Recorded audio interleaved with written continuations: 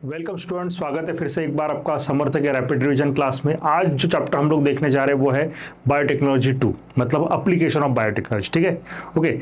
Last lecture में हम लोगों ने बायोटेक्नोलॉजी 1 डिस्कस किया था। ओके, आज हम लोग देखने जा रहे हैं बायोटेक्नोलॉजी 2। देखिए बच्चों, ये बहुत इंपॉर्टेंट चैप्टर है, लगभग उतना ही इंपॉर्टेंट है जितना आपका बायोटेक्नोलॉजी 1 था। ओके, प्रिंसिपल एंड प्रोसेस जितना इंपॉर्टेंट था उतना ही एप्लीकेशन इंपॉर्टेंट है। दोनों चैप्टर पे लगभग इक्वल नंबर ऑफ क्वेश्चंस लगभग हर साल ही आते हैं। कभी कभी एप्लीकेशन पे थोड़े कम आते हैं क्योंकि छोटा चैप्टर है, तो 3 या 4 क्वेश्चन तो हर साल आते ही आते हैं, कभी कभी 5 क्वेश्चन भी आ जाते हैं। ठीक है, सो बहुत अच्छे से करके रखिए, सारे एप्लीकेशन कीजिए। बहुत सिंपल है। अगर आपको 1 समझ में आया है बायोटेक 1, तो बायोटेक 2 समझने में, एप्लीकेशन याद करने में आपको कोई दिक्कत नहीं जाएगी। Very very simple chapter and बहुत अच्छा है, मार्क देने वाला चैप्टर है। ठीक है, ये तो बोनस चैप्टर एक तरह से हमारे लिए ये। तो शुरू करते हैं। सारे ही एप्लीकेशन जो है बच्चों अच्छे से करके रखिए। ठीक है, तो शुरू करते हैं अपन। फर्स्ट क्वेश्चंस देखिए यहाँ पे। Arrange the following step of somatic hybridization in correct sequence. जो सोमैटिक हाइब्रिडाइजेशन होता है, मतलब 2 सेल को हम लोग फ्यूज कर देते हैं। ठीक है, उसकी हमें करेक्ट स्टेप निकालनी है। Digestion of cell wall, isolation of naked protoplast, fusion of the protoplast to get the hybrid protoplast, isolation of single cell from the 2 different varieties of the plant, growing of the hybrid protoplast from to form a new plant। ठीक है, तो चलो शुरू करते हैं। तो सबसे पहले क्या आएगा बच्चों? Digestion of cell wall, isolation of naked protoplast, fusion of the protoplast to get hybrid, isolation of single cell from the 2 different varieties of the plant. D जो है ये सबसे नंबर 1 पे आएगा। ठीक है, तो देख लो कहाँ पे आंसर है आपका, डी। वैसे ही करना है ना। ठीक है, तो सेकंड और फोर्थ पे है, ये डी आर हो गया, ये डी ही है। ठीक है, ओके। सेकंड क्या आएगा? फिर अगर आपने सेल आइसोलेट कर ली, उसके बाद में क्या करोगे? उसकी सेल वॉल, ठीक है, isolation of the naked digestion of the cell wall करोगे आप सेकंड। ओके, उसके बाद में क्या करोगे? Isolation of naked protoplast. जो प्रोटोप्लास्ट है, सेल वॉल निकालने के बाद में क्या रहेगा? उसकी जो प्लाज्मा मेम्ब्रेन है वो रहेगी और अंदर का साइटोप्लाज्म रहेगा, तो उसको कहते हैं प्रोटोप्लास्ट। तो ये आएगा थर्ड। तो आंसर क्या आना चाहिए आपका? DAB। तो DAB कहाँ लिखा है? देखो यहाँ पे लिखा है नीचे में, फोर्थ पे। तो यही आपका आंसर होगा। फिर भी श्योर कर लेते। ठीक है, तो फोर्थ ही हमें आंसर लग रहा है, तो देखते हैं अभी। उसके बाद में क्या आएगा? थर्ड के बाद में फोर्थ नंबर पे fusion of the protoplast to get hybrid protoplast, C आएगा, और growing of the hybrid protoplast to form a new plant. ठीक है, तो ये आएगा आपका फोर्थ और ये आएगा आपका फिफ्थ, मतलब DABCE। DABCE। So this is your answer. समझ गए? Fourth is our answer. चलो, अच्छा क्वेश्चन था, सिंपल था लेकिन। Human protein named as alpha one antitrypsin obtained from transgenic animal, ये ट्रांसजेनिक काउ रोजी से मिलता है। Okay, is used for the treatment of Alzheimer disease, emphysema, cystic fibrosis and rheumatoid arthritis. तो याद रखना बच्चों, ये यूज किया जाता है एम्फाइसेमा की ट्रीटमेंट के लिए। ठीक है, emphysema is caused due to the heavy cigarette smoking and sometime pollution. Okay, ये एम्फाइसेमा हमारी रेस्पिरेटरी डिसऑर्डर है। इसमें हमारे लंग्स की जो रेस्पिरेशन की या ऑक्सीजन प्रोवाइड करने की जो कैपेसिटी है वो कम हो जाती है।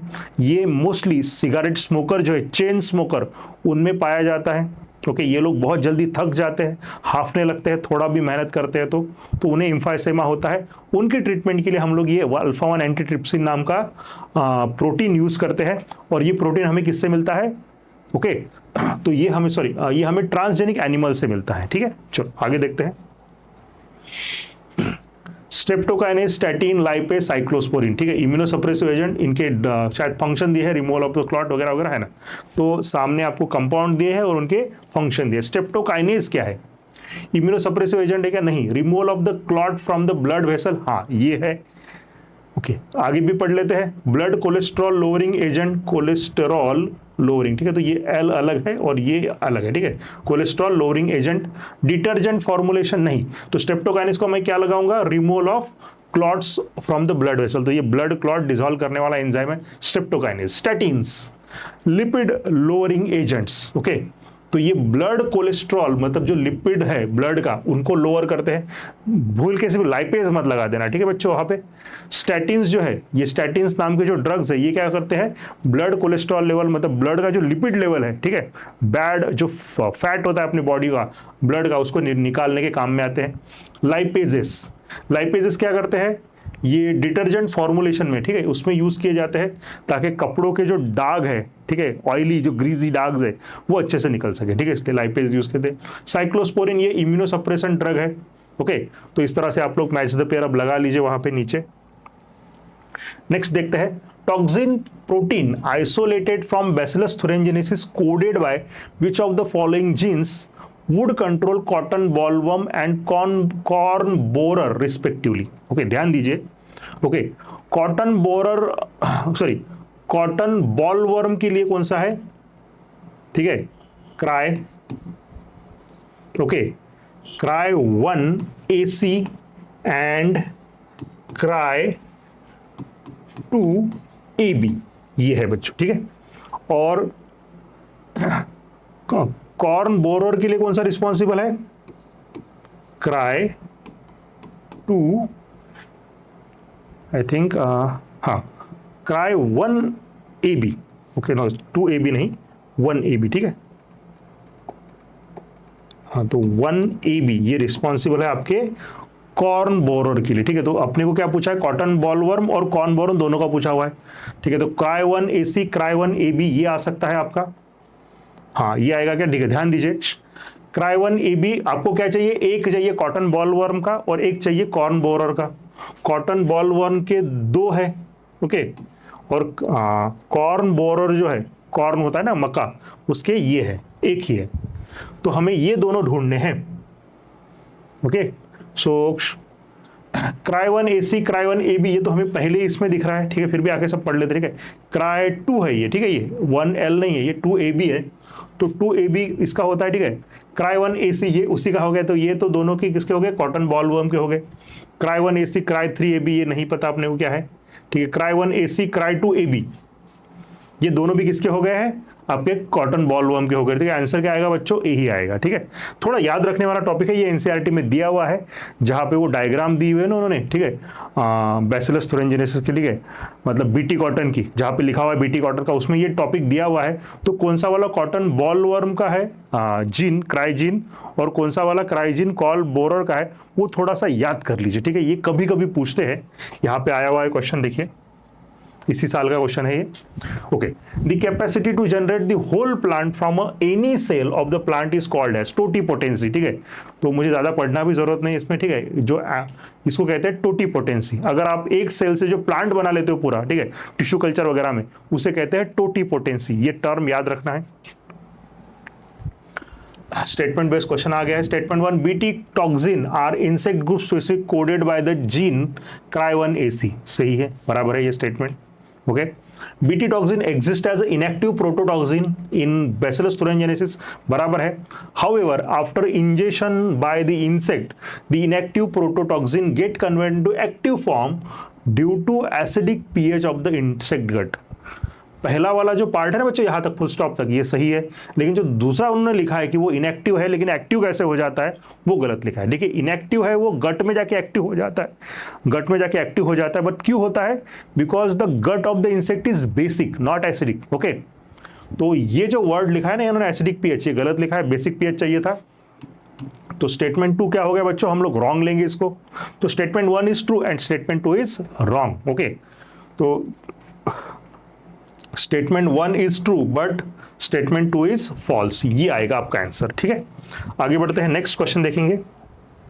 Which of the following are fused in somatic hybridization involving two varieties of plant? Okay. Which of the following are fused in somatic hybridization involving two varieties of the plant? तो somatic hybridization में हम लोग क्या fuse करते हैं, callus, somatic embryos, protoplast, pollens. क्या fuse करते हैं, प्रोटोप्लास्ट। सेल का सेल वॉल निकाल दो, डाइजेस्ट कर दो और फिर 2 सेल को फ्यूज करो, तो उन सेल को क्या कहते हैं जिनका सेल वॉल निकाल दिया है, प्रोटोप्लास्ट कहते हैं। तो आंसर आएगा सी। नेक्स्ट, थोड़ा जल्दी जल्दी लेते हैं, बहुत सारे क्वेश्चन है। Which of the following statement is incorrect about the agrobacterium tumefaciens? Okay, कौन सा वाला इनकरेक्ट है? It transform normal plant cell into tumour cell, ये सही है, ये करता है। It delivers TDNA into plant cell, ये भी सही है, ये भी सही है। It is use to deliver gene of interest in both prokaryotic as well as eukaryotic host cell, ये गलत है, ठीक है। It is only used to deliver the desired gene in only eukaryotic cell, ठीक है। Ti plasmid from agrobacterium tumefaciens used for gene transfer is not pathogenic to plant, okay। जो TI plasmid from agrobacterium is used for gene transfer, okay। Is not pathogenic to plant, नहीं, Ti plasmid जो होती है बच्चों वो pathogenic होती है, हाँ हम लोगों ने उसको क्या कर दिया है, मॉडिफाई कर दिया है, तो लेकिन ये पैथोजेनिक तो है, तो ये स्टेटमेंट भी सही, सॉरी ये स्टेटमेंट सही है बच्चों, वो अभी पैथोजेनिक नहीं है क्योंकि हमने उसकी पैथोजेनिसिटी निकाल दी है, पहले वो थी लेकिन उसकी हमने निकाल दी है, ठीक है, तो ये स्टेटमेंट सही आएगा। तो आपको क्या बोला है, इनकरेक्ट पूछा है, तो इनकरेक्ट क्या आएगा बच्चों, ये आएगा, ठीक है, C is your answer. Next question देखते हैं, transposons can be used during which of the following, transposon मतलब जंपिंग जीन्स, जो एक लोकेशन से एक क्रोमोसोम के एक पार्ट से दूसरे पार्ट में शिफ्ट होते रहते हैं, जंप करते थे, उनको कहते हैं ट्रांसपोजोन्स। ये किसके लिए यूज किए जाते हैं, ये जेनेटिक इंजीनियरिंग में यूज किए जाते हैं एज अ वेक्टर, ओके। उसके अलावा ये कहाँ यूज किए जाएंगे, gene silencing, auto radiography, gene sequencing, polymerase chain reaction, okay. PCR में तो नहीं यूज होंगे ये, ठीक है, पीसीआर में इसका कोई जरूरत ही नहीं है। जीन सीक्वेंसिंग में ट्रांसपोजोन का यूज मैंने तो नहीं पढ़ा है, ऑटो रेडियोग्राफी कोई रिलेशन नहीं है, तो जीन साइलेंसिंग में होगा, जीन साइलेंसिंग में हम लोग क्या करेंगे, ट्रांसपोजोन का यूज कर सकते हैं बहुत बार, ठीक है। इन आरएनए इंटरफेरेंस टेक्नोलॉजी, ठीक है, the genes are silenced using double standard RNA, ठीक है, ध्यान रखना ये, ठीक है, double standard RNA, this is your answer. Simple question है, बहुत सारे ये। Which of the following is true for golden rice, golden rice आपको पता है जिसमें विटामिन ए फोर्टिफिकेशन किया होता है, ठीक है, it is vitamin A enriched with gene from daffodil, okay. It is a pest resistance, ये सही लग रहा है ना पहला, it is a pest resistance with gene from bacillus thuringiensis, नहीं बिल्कुल नहीं। It is a drought tolerant developed during using agrobacterium vector, नहीं। It has a yellow grains because the gene introduced from the primitive variety of rice, नहीं, wrong है।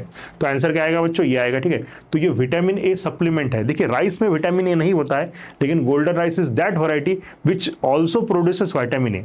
तो इस तरह से अगर आप सिर्फ राइस खाओगे तो आपको राइस भी का कार्बोहाइड्रेट भी मिलेगा और साथ में विटामिन ए भी मिलेगा। तो जो पुअर कंट्रीज है जहां पे सिर्फ लोग राइस ही अफोर्ड कर सकते हैं, विटामिन ए वाला फूड अफोर्ड ही नहीं कर सकते हैं, उनको आप राइस के ही दाम में या राइस के ही प्राइस में आप क्या कर सकते हो, उनको vitamin A plus rice carbohydrate दोनों दे सकते हो, ठीक है।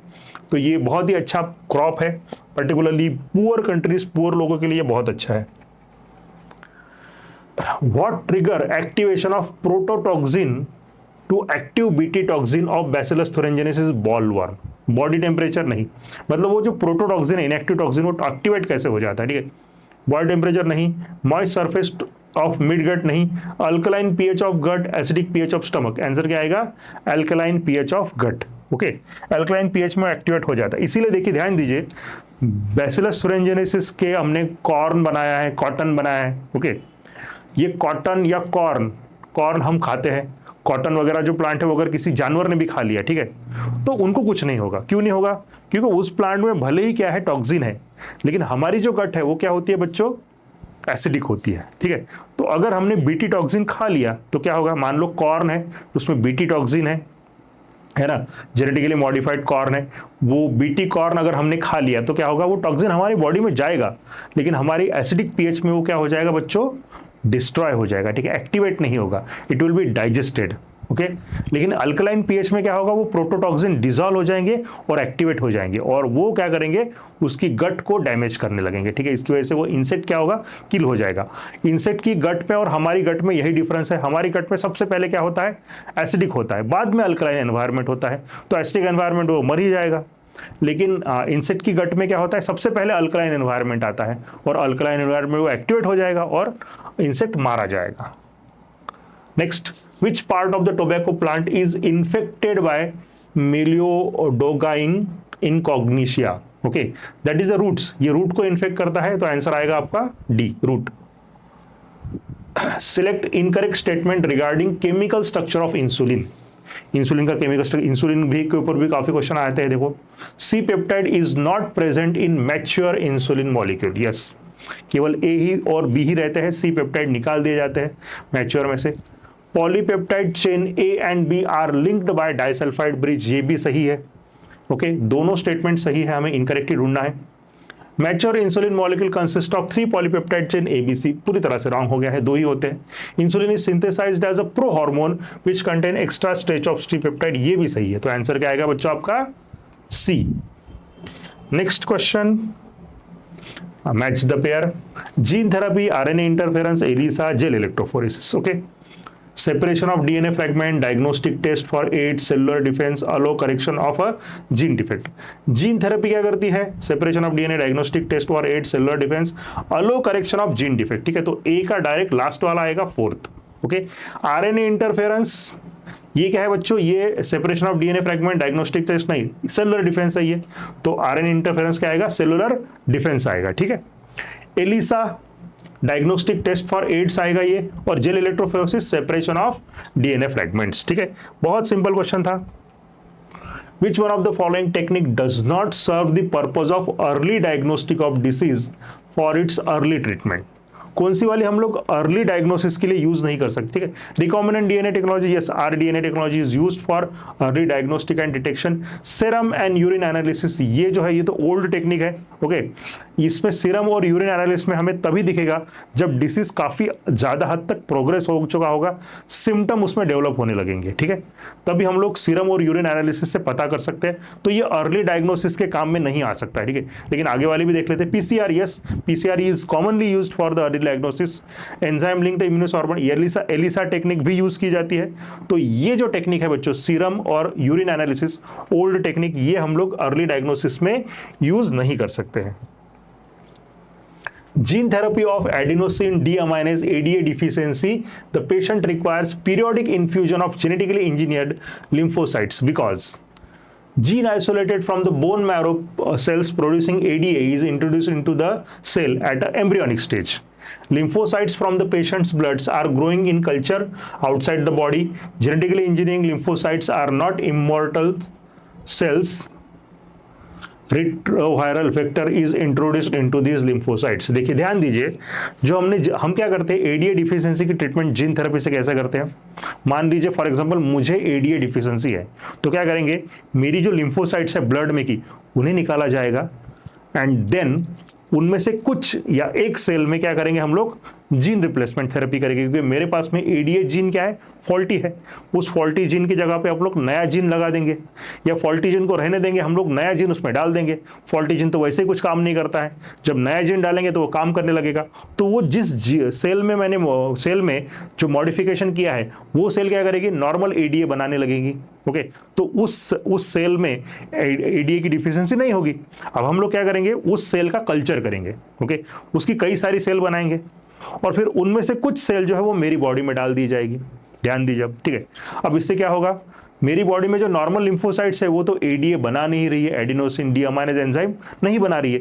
जो नई सेल मैंने डाली गई है मेरी बॉडी में, वो क्या कर रही है, एडीए बना रही है। ठीक है, तो अब मुझे एडीए की डिफिशियंसी होगी क्या, नहीं होगी।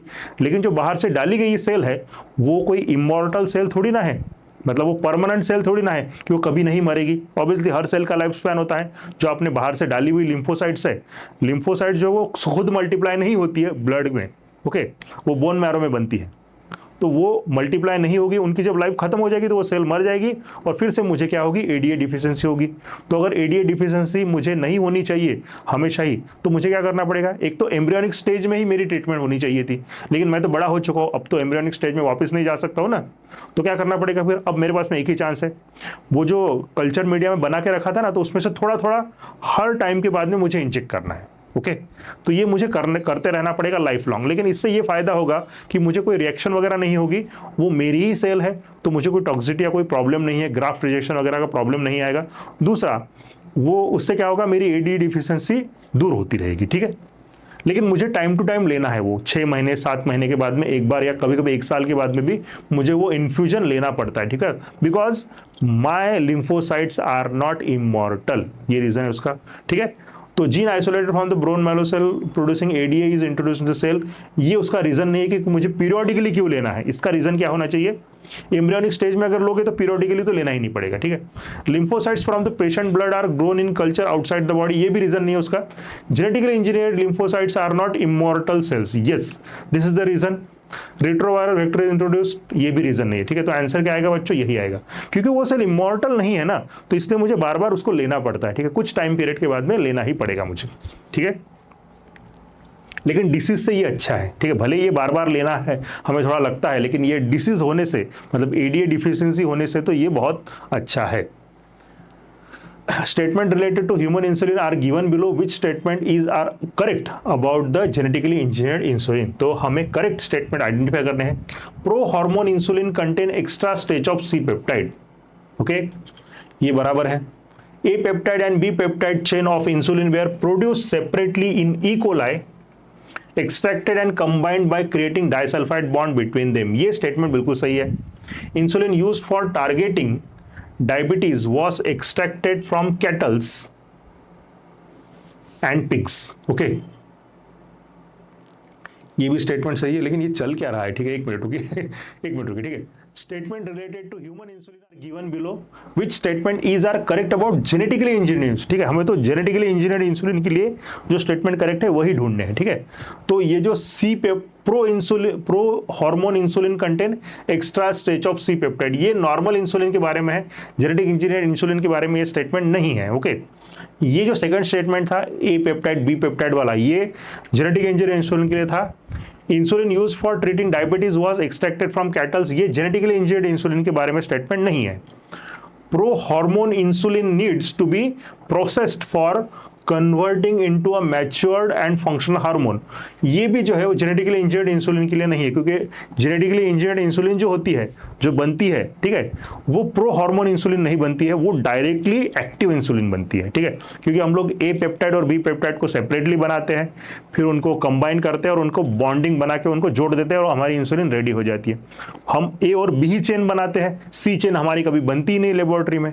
सी चेन कब बनती है? बॉडी में बनती है, किसी एनिमल के या ह्यूमन के बॉडी में बनेगी. ठीक है, तो ये स्टेटमेंट भी रॉन्ग है. Some patient develop allergic reaction to the foreign insulin, ये भी रॉन्ग है. हमारी ह्यूमन इंसुलिन को कोई पेशेंट जो है वो ह्यूमुलिन जिसको है, जो जेनेटिकली इंजीनियर्ड इंसुलिन, उसको कोई पेशेंट एलर्जी डेवलप नहीं करता है. ठीक है, तो इसमें से सही क्या है बच्चों? Second only. ओके, तो ये सेकंड जो स्टेटमेंट है यही हमें गलत सही लग रहा है. तो देखिए आंसर कौन सा है अपना? अच्छा, ये डी यहाँ पे लिखा है, देखिए ध्यान दीजिएगा. ठीक है, तो आंसर आपका क्या है बच्चों? A only. ठीक है, second only, two only. Next, nowadays it is possible to detect the mutated gene causing cancer by allowing radioactive probe to hybridize its complementary DNA in a clone cell, followed by its detection using autoradiography. Because ये बहुत अच्छी technique है. ठीक है, cancer detect करने. Mutated gene does not appear on the photographic film as the probe has complementarity with it. Probe को साथ में कॉम्प्लीमेंट्रिटी तो नहीं होती उसके साथ. ठीक है, तो ये स्टेटमेंट इतना सही नहीं है. Mutated gene partially appears on photographic film नहीं. Mutated gene completely and clearly appears on photographic film, ये भी नहीं है. Mutated gene does not appear on photographic film as probe has no complementary with it. Okay, ये NCERT का statement ही है वैसे, और ये सही भी स्टेटमेंट. ठीक है, क्योंकि जो म्यूटेटेड जीन है कैंसर, देखिए नॉर्मल जो हमारे जीन है वो प्रोब के साथ में मैच करेंगे, क्योंकि प्रोब जो है नॉर्मल जीन के हिसाब से बना है. अब किसी जीन में अगर म्यूटेशन आ गया तो वो तो जीन बदल गया ना, तो फिर प्रोब के साथ में वो मैच होगा क्या? नहीं होगा, क्योंकि जीन बदल चुका है. तो इसीलिए वो म्यूटेटेड जीन जो फोटोग्राफी फिल्म पे नहीं आता है. तो जो जीन नहीं आया है वो क्या है? उसमें म्यूटेशन हो चुका है.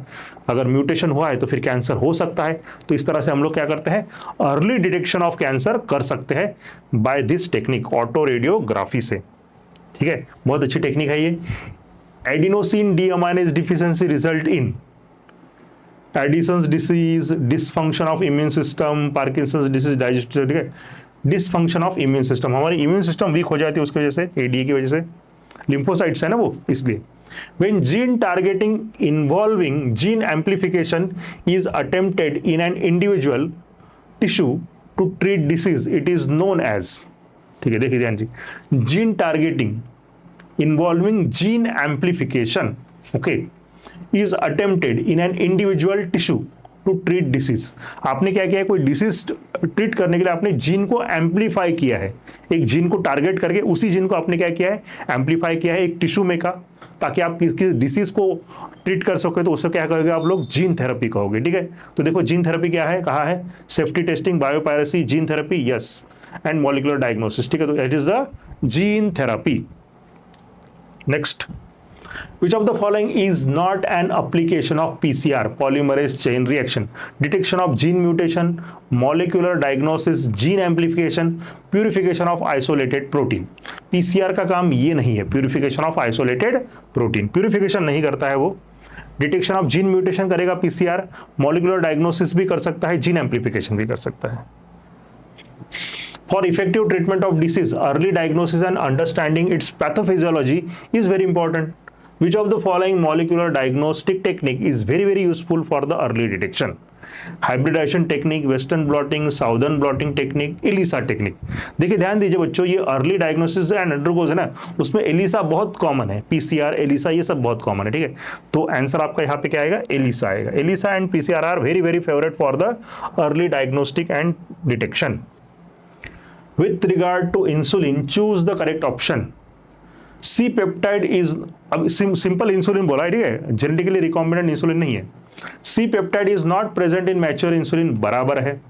The insulin produced by rDNA technology has C peptide, ये रॉन्ग है, उसमें C peptide नहीं होता है, पहले हम बनाते ही नहीं है ना। Pro insulin has C peptide, yes ये बराबर है, प्रो इंसुलिन में होता है, ठीक है। A peptide and B peptide of insulin are interconnected by disulfide bridges, yes ये स्टेटमेंट भी सही है बच्चों। तो choose the correct answer from the option given below. तो आपको करेक्ट ऑप्शन चूज करना है, कौन से स्टेटमेंट करेक्ट है। फर्स्ट करेक्ट है, थर्ड करेक्ट है और फोर्थ करेक्ट है, ठीक है। फर्स्ट, थर्ड, फोर्थ, ये डी वाला ऑप्शन है आपका। Next, match the pair. BT cotton, adenosine deaminase deficiency, RNAi, PCR। तो बीटी कॉटन क्या है, जीन थेरेपी क्या है, सेलुलर डिफेंस है, detection of HIV, bacillus thuringiensis, ठीक है। बीटी कॉटन क्या आएगा बच्चों, बैसिलस thuringiensis आएगा, ठीक। एडिनोसिन डीअमाइनेज डिफिशियंसी, ये क्या है, जीन थेरेपी है, क्या है, सेलुलर डिफेंस है, डिटेक्शन ऑफ HIV, यस ये क्या है, जीन थेरेपी की जाती है इसकी, तो जीन थेरेपी से रिलेटेड है ADA डिफिशियंसी। RNAi ये क्या है बच्चों, ये सेलुलर डिफेंस है आपका, नो डाउट, ओके। और PCR detection of HIV infection, PCR हम लोग डायग्नोस्टिक के लिए करते हैं, तो ये आएगा आपका। अब आप आंसर ढूंढ लीजिए, ठीक है, वहां से।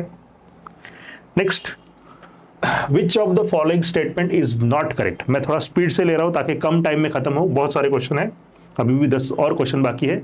विच of the following statement is not correct.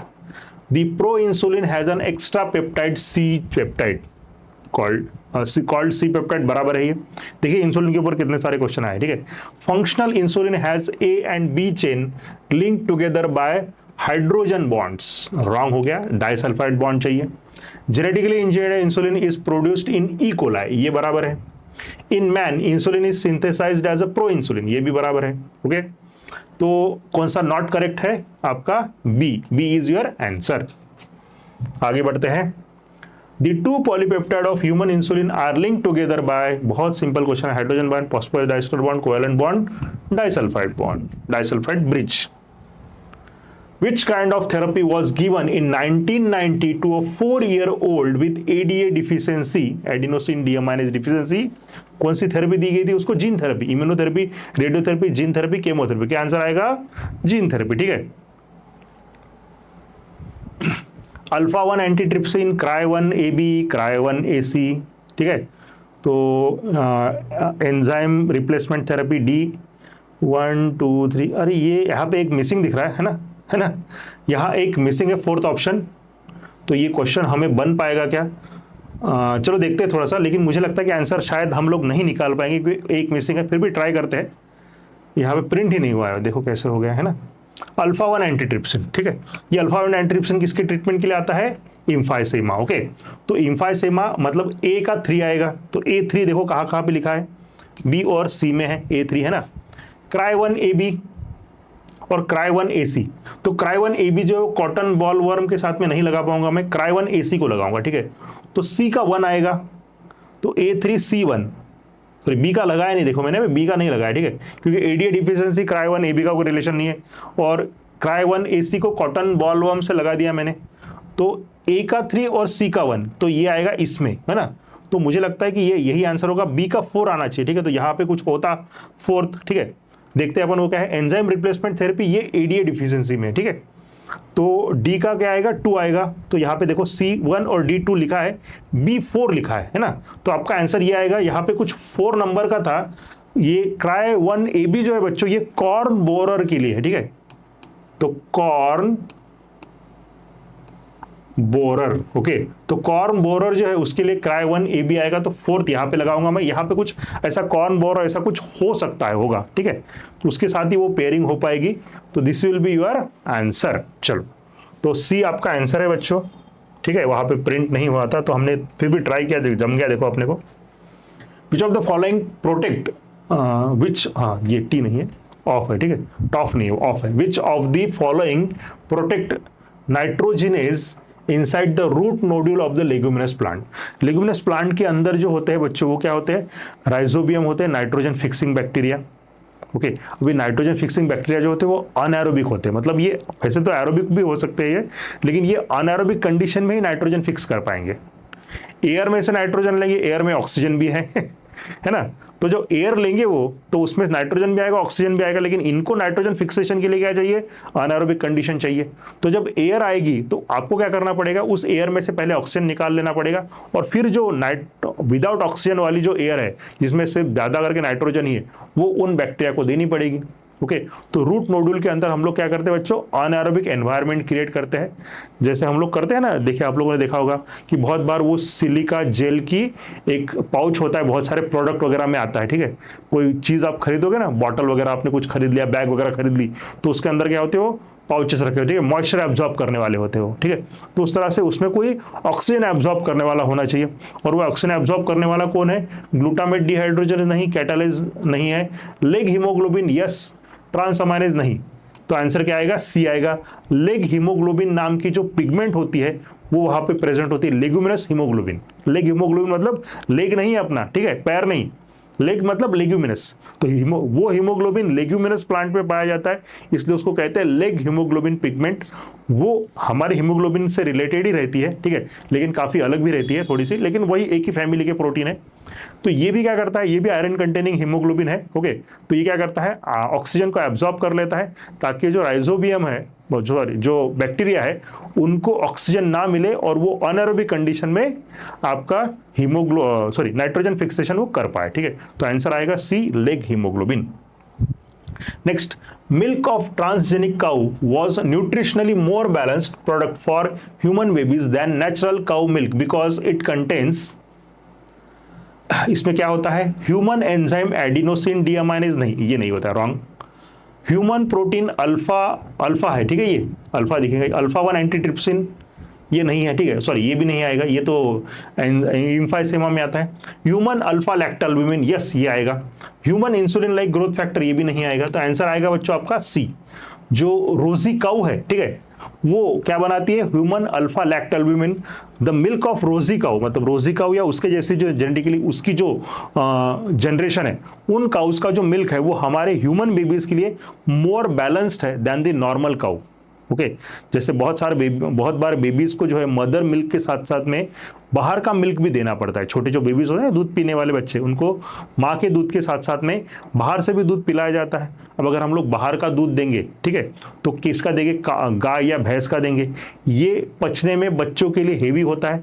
दूसरा, बच्चों की जो न्यूट्रिशनल रिक्वायरमेंट है प्रोटीन की, वो उन मिल्क में वो सारी नहीं होती है, ठीक है, कुछ कम ज़्यादा होता है। तो ये जो है रोजी काऊ का हमने जो ऐसी काऊ बनाई है जो ऐसा मिल्क देगी जो बिल्कुल हमारे न्यूट्रिशन के लिए, हमारे रिक्वायरमेंट के लिए फिट है।